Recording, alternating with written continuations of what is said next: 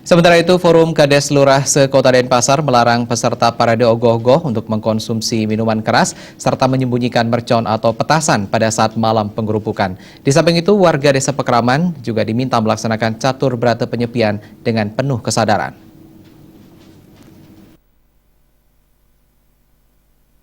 Menurut Ketua Forum Kades Lurah se-Kota Denpasar, Ide Bagus Bima Putra, sesuai pertemuan bersama jajaran Pemkot Denpasar telah disepakati melalui surat edaran kepada 43 desa kelurahan se-Kota Denpasar pada saat penggerupukan melarang masyarakat mengkonsumsi minuman keras dan penggunaan mercon.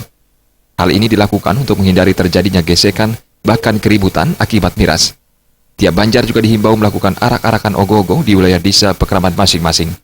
Menyikapi ogoh-ogoh itu sudah dengan jelas dan gamblang sudah disampaikan bahwa dalam rangka anak-anak mengusung ogoh-ogoh sudah ada kesepakatan tidak boleh ada orang mabuk.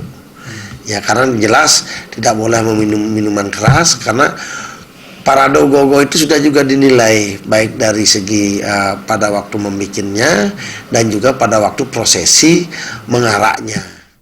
Sementara itu, Kepala Desa Ubung Kaje, Wayan Birta menyambut baik larangan mengkonsumsi minuman keras saat parade ogoh-ogoh karena diakui selama ini pemicu dari keributan antar warga, salah satunya disebabkan karena mengkonsumsi minuman keras.